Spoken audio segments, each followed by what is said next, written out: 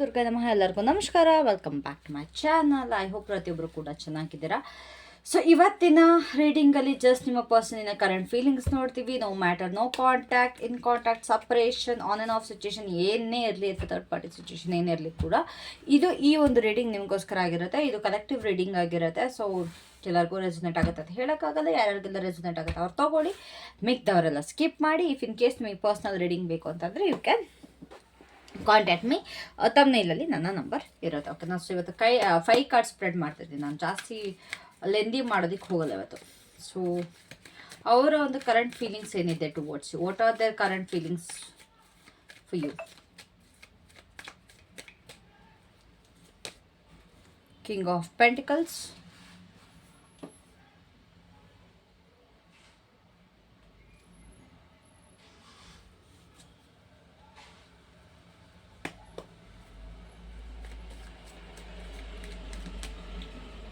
And ಅವ್ರು ಇವಾಗ ನಿಮ್ಮ ಬಗ್ಗೆ ಏನು ಯೋಚನೆ ಮಾಡ್ತಾ ಇದ್ದಾರೆ.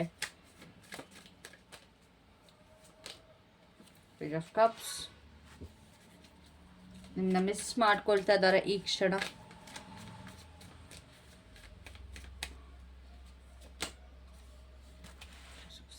ಓಕೆ, ಏನಕ್ಕಾದ್ರೂ ರಿಗ್ರೆಟ್ ಇದೆಯಾ ಅವರ ಮನಸ್ಸಲ್ಲಿ?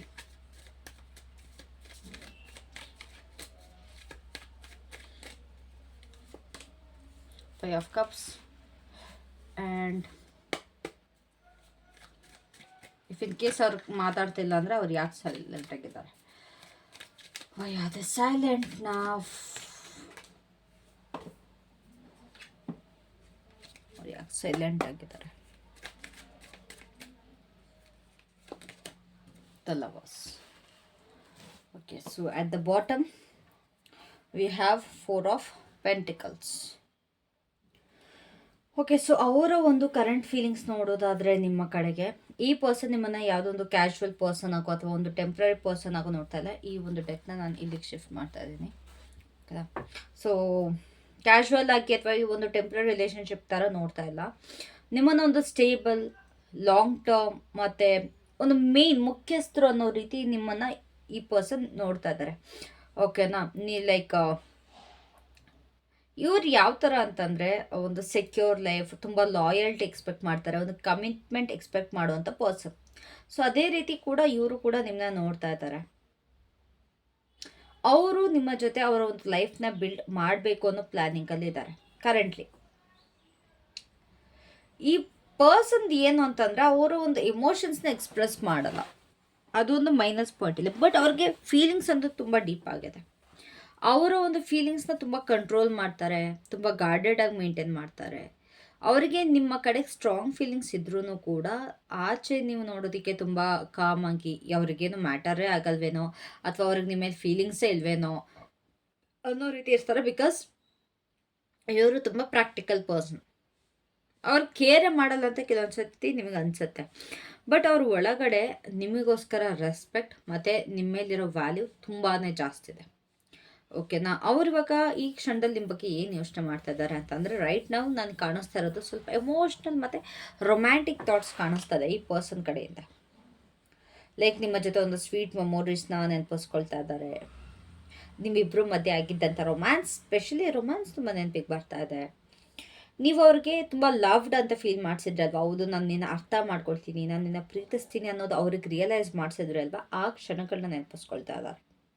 ನಿಮ್ಮ ಒಂದು ಕೈಂಡ್ನೆಸ್ ಆಗಿರ್ಬೋದು, ನಿಮ್ಮ ಒಂದು ಜೆಂಟಲ್ ನೇಚರ್ ಆಗಿರ್ಬೋದು, ಇದೆಲ್ಲ ಇವ್ರಿಗೆ ತುಂಬ ಇಷ್ಟ ಆಗುತ್ತೆ ಕೂಡ. ಅದಕ್ಕೋಸ್ಕರ ನಾವು ಇವಾಗ ಅವರು ಯೋಚಿಸ್ತಾ ಇರೋದು. ಅವರ ಕಡೆಯಿಂದ ನಿಮಗೆ ಯಾವುದಾದ್ರು ಒಂದು ಎಮೋಷ್ನಲ್ ಮೆಸೇಜ್ ಬರ್ಬೋದು, ಇಲ್ಲ ಒಂದು ಕ್ಷಮೆ ಕೂಡ ಬರೋ ಸಾಧ್ಯತೆ ಇದೆ. ಇಫ್ ಇನ್ ಕೇಸ್ ಅವ್ರ ಕ್ಷಮೆ ಕೇಳೋ ರೀತಿ ಅವ್ರು ಏನಾರು ತಪ್ಪು ಮಾಡಿದರೆ ಕ್ಷಮೆ ಕೂಡ ಕೇಳಬಹುದು. ಸಿ ಅವ್ರಿಗೆ ಹೇಗೆ ಅಂತಂದರೆ, ನಿಮಗೆ ಯಾವಾಗಲೂ ಕಾನ್ಸ್ಟೆಂಟಾಗಿ ಮೆಸೇಜ್ ಮಾಡಬೇಕು, ಅವ್ರು ಮೆಸೇಜ್ ಮಾಡುವಂಥ ಪರ್ಸನ್. ಇಫ್ ಇನ್ ಕೇಸ್ ನೀವು ನೋ ಕಾಂಟ್ಯಾಕ್ಟಲ್ಲಿದ್ದರೆ ಈ ಪರ್ಸನ್ನ ರೀಚ್ ಔಟ್ ಮಾಡಬೇಕು ಅಂತ ಥಿಂಕ್ ಮಾಡ್ತಾ ಇದ್ದಾರೆ, ನಿಮಗೆ ಮೆಸೇಜ್ ಕಳಿಸ್ಬೇಕು ಅಂತ ಇದ್ದಾರೆ, ಸಾರಿ ಕೇಳಬೇಕು ಅಂತ ಇದ್ದಾರೆ.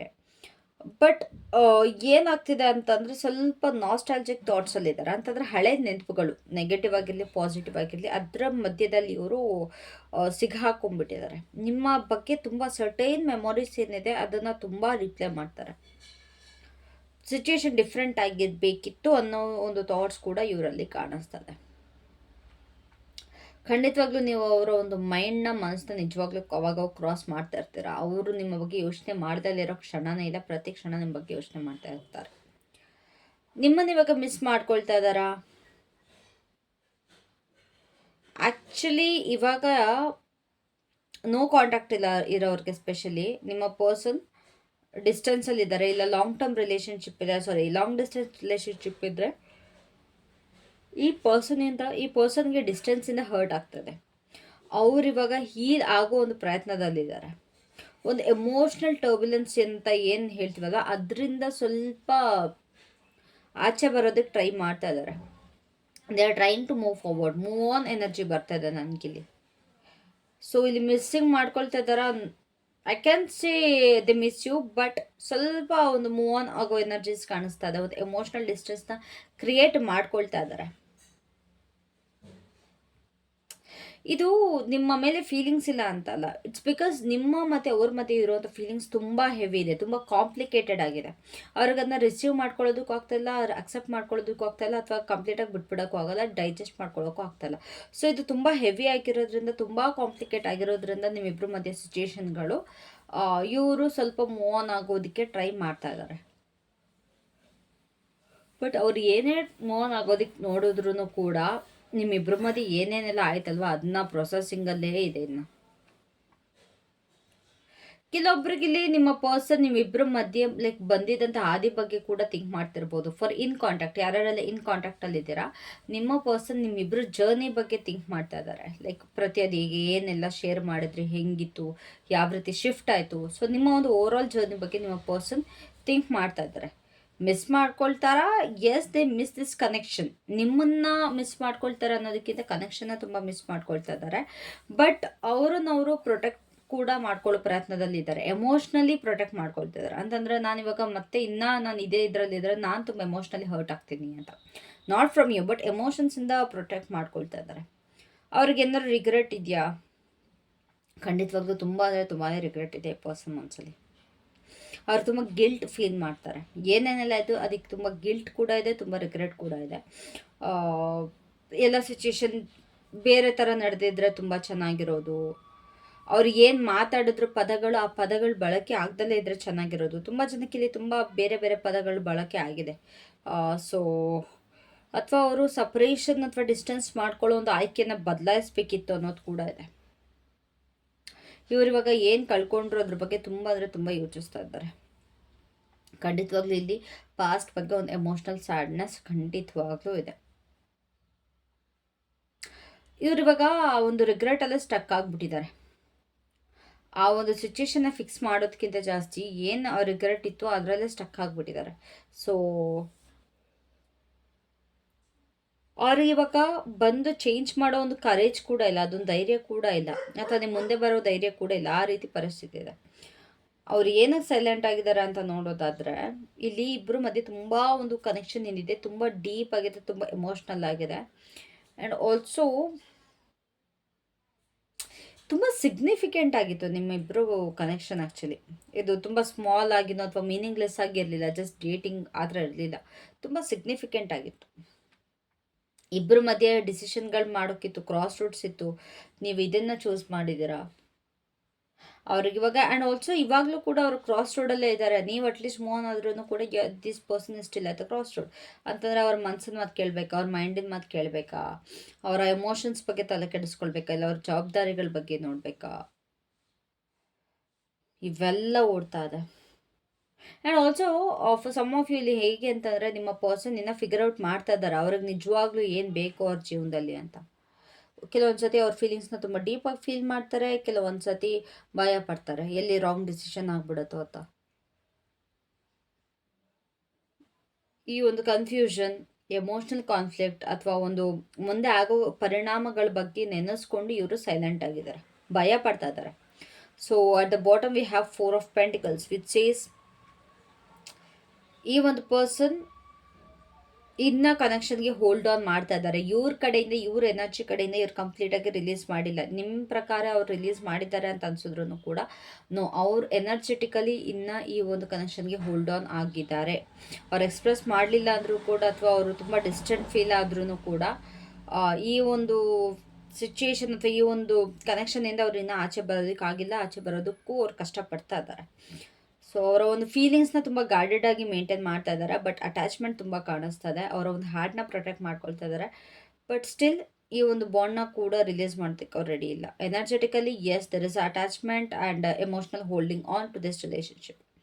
ಸೊ ಓವರಾಲ್ ಆಗಿ ಹೇಳಬೇಕು ಅಂತಂದರೆ ಈ ಪರ್ಸನ್ ನಿಜವಾಗ್ಲೂ ನಿಮ್ಮ ಕಡೆ ತುಂಬ ಸೀರಿಯಸ್ ಫೀಲಿಂಗ್ಸ್ ಇಟ್ಕೊಂಡಿದ್ದಾರೆ. ನಿಮ್ಮ ಬಗ್ಗೆ ಎಮೋಷ್ನಲಿ ಮತ್ತು ತುಂಬ ನಾಸ್ಟಾಲಜಿಕಲಿ ಯೋಚನೆ ಮಾಡ್ತಾ ಇದ್ದಾರೆ. ರಿಗ್ರೆಟ್ ಇದೆ ಏನೇನೆಲ್ಲ ಆಯಿತು ಅದಕ್ಕೆಲ್ಲ. ಈ ಒಂದು ಕನೆಕ್ಷನ್ಗೆ ಇಂಟರ್ನಲ್ಲೇ ತುಂಬ ಹೋಲ್ಡ್ ಆನ್ ಮಾಡ್ತಾ ಇದ್ದಾರೆ, ಬಟ್ ಒಳಗೊಳಗಡೆ ತುಂಬ ಸೈಲೆಂಟ್ ಆಗಿದ್ದಾರೆ, ತುಂಬ ಭಯ ಕೂಡ ಪಡ್ತಾ ಇದ್ದಾರೆ about the future or anything. So express ಮಾಡೋದಕ್ಕೆ ಕಷ್ಟ ಆಗ್ತದೆ. ಓಕೆನಾ? So let's see what is their love messages ಫೀ. ನಾನು ತುಂಬ ದಿವಸ ಆಯಿತು ಲವ್ ಮೆಸೇಜಸ್ ತೆಗ್ದಿಲ್ವಾ? ಓಕೆ, ಸೊ ಲವ್ ಮೆಸೇಜಸ್ ಏನಿದೆ?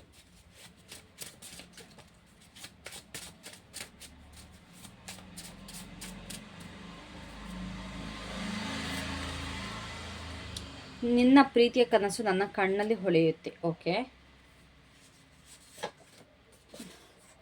ನಿನ್ನ ಚಿತ್ರ ನೋಡಿ ದಿನದ ಶುಭಾರಂಭ. ನಿಮ್ಮ ಒಂದು ಫೋಟೋಸ್ ನೋಡೇ ಅವ್ರ ಡೇನ ಸ್ಟಾರ್ಟ್ ಮಾಡ್ತಾರಂತೆ. I want hug you, that's so nice. Let me pull to other cards. ನೀನೇ ನನ್ನ ಪ್ರಪಂಚ. Oh, that's so cute. ಪ್ರೀತಿಯಲ್ಲಿ ನಿನ್ನ ಹೆಸರಿಲ್ಲದ ದಿನ ನನಗೆ ದಿನವಲ್ಲ.